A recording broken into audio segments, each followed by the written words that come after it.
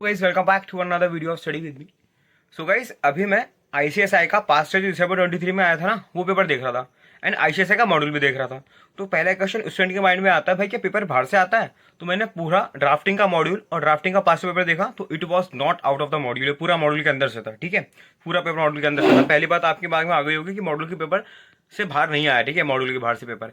Second thing is that कि यार ICSI किस तरीके के क्वेश्चन पूछता है, क्या डायरेक्ट क्वेश्चन पूछता है कि यार आईसीएसआई ने मॉड्यूल में दे रखा है और बस उसको पॉइंट पॉइंट पढ़ लो और हो जाएगा काम। क्या डिटेल में पढ़ने की जरूरत है? क्या ऐसा है कि यार खाली हेडिंग लिखी हुई है, एक दो पैराग्राफ है, उसे छोड़ दो, पॉइंट्स वाले करो बस, कि जो एग्जाम में आ सकते हैं, ऐसा है क्या?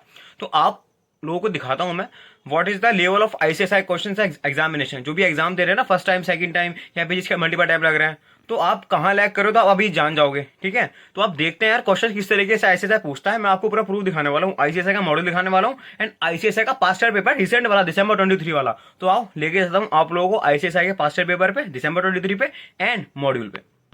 देखो ये है ड्राफ्टिंग का पेपर। क्वेश्चन नंबर 3A का देखो क्या लिख रखा है। क्वेश्चन नंबर 3 पढ़ो।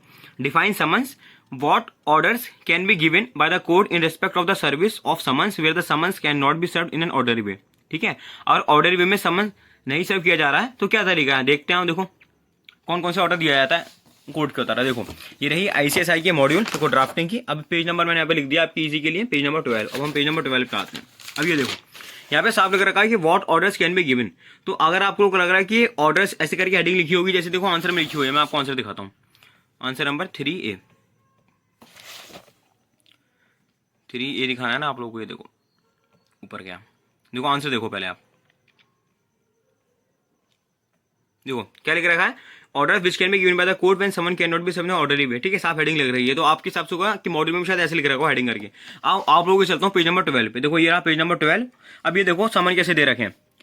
देखो समन दिख रहा है, मैंने लिख दिया यहाँ पे दिसंबर 23 में पेपर आया था। देखो समन लिख रखा है। अब देखो कुछ भी नहीं है यहाँ पे, कोई हेडिंग नहीं है, कोई पॉइंट नहीं है, बस ऐसे लिख रखा है समन हेडिंग को पूरा यहाँ पे लिख दिया पैराग्राफ फॉर्म में। 1 2 3 पैराग्राफ है।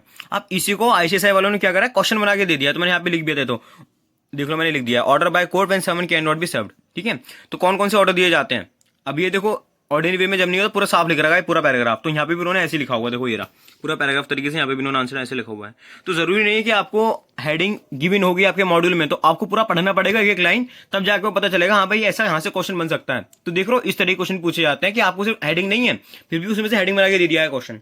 तो ये आप लोगों को बहुत हेल्प करेगा। एंड दूसरा क्वेश्चन दिखाता हूँ जो कि मुझे बहुत ना आउट ऑफ द बॉक्स लगा, लेकिन मॉड्यूल के अंदर ही था। देखो पहला क्वेश्चन दे क्या ले रखा है। जब मैं एग्जाम देके आया था तभी मैंने आप लोगों से कहा था कि ये मुझे ऐसा लगा। देखो ये रहा क्वेश्चन नंबर 1 दिखाता हूँ। देखो आप लोगों को क्वेश्चन नंबर 2 है। देखो क्वेश्चन नंबर 1 देखोगे ना, आई थिंक कई लोगों को मिल गया होगा, जो तो नहीं मिला होगा उसके लिए दिखा देता हूँ। देखो कहाँ से क्वेश्चन पूछा है इसी ने। अच्छा ये वाला देख के ना आप लोगों के साथ दिमाग खुल जाए कि कहाँ से क्वेश्चन पूछे जा सकते हैं। देखो क्या लिख रखा है, X is the tenant of the Y under the tenancy at will. Draft a notice of the determination of the tenancy on behalf of Y. Assume necessary fact.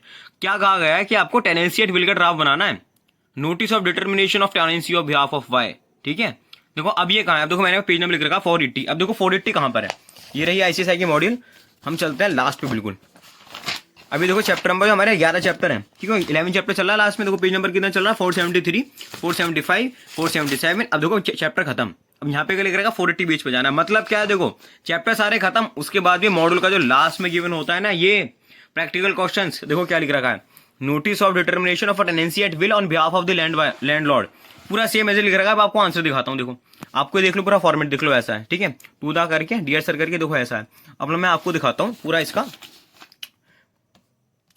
अब देखो आंसर भी दिखाता हूँ आप लोगों को। ये तो टैक्स आ गया, रुको फर्स्ट क्वेश्चन था, देखो ये रहा।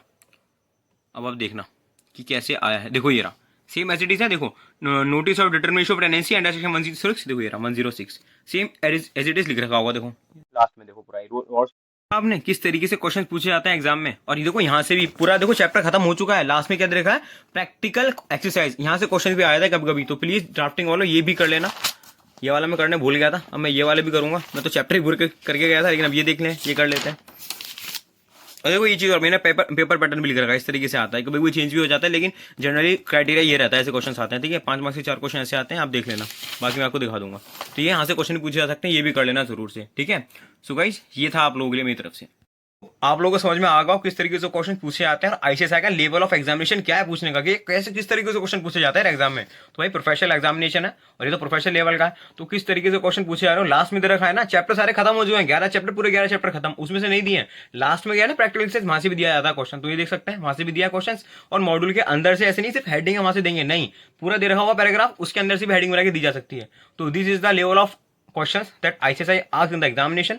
तो इस तरीके से हमें प्रिपरेशन करनी यार। अब तो एक लाइन पढ़ना पड़ेगा, तो भाई जो मॉड्यूल से नहीं पढ़ रहे हैं प्लीज मॉड्यूल से पढ़ लो। और एक बार जो टीचर्स के नोट से पढ़ रहे हैं तो एक बार रेफरेंस जरूर ले लेना मॉड्यूल का, कि मॉड्यूल में ऐसा तो नहीं है मॉड्यूल में कुछ गिवन है और आपने वो पढ़ा नहीं है। तो देख सकते हैं क्या लेवल ऑफ क्वेश्चंस पूछे जा रहे हैं। तो प्लीज कंसीडर करो इस चीज को, और जो जो अभी ये चीज नहीं कर रहे तो प्लीज कर लेना, मैं भी ये करने वाला हूँ। तो all the best for the examination. मिलते हैं नेक्स्ट वीडियो में। Tata bye see you later. Subscribe कर देना चैनल को। मिलते हैं नेक्स्ट वीडियो में। कोई क्वेरी हो सीएस प्रोफेशनल वाला, सेकंड फर्स्ट मॉड्यूल देने वाला, थर्ड मॉड्यूल देने वाला, तो प्लीज कमेंट सेक्शन में कमेंट करना, आप लोगों के लिए अवेलेबल है। और कोई दिक्कत आती हो किसी भी स्टूडेंट को तो प्लीज कमेंट सेक्शन आप लोगों के लिए ऑन है, कमेंट कर सकते हैं। मिलते हैं नेक्स्ट वीडियो में। Tata bye see you letter.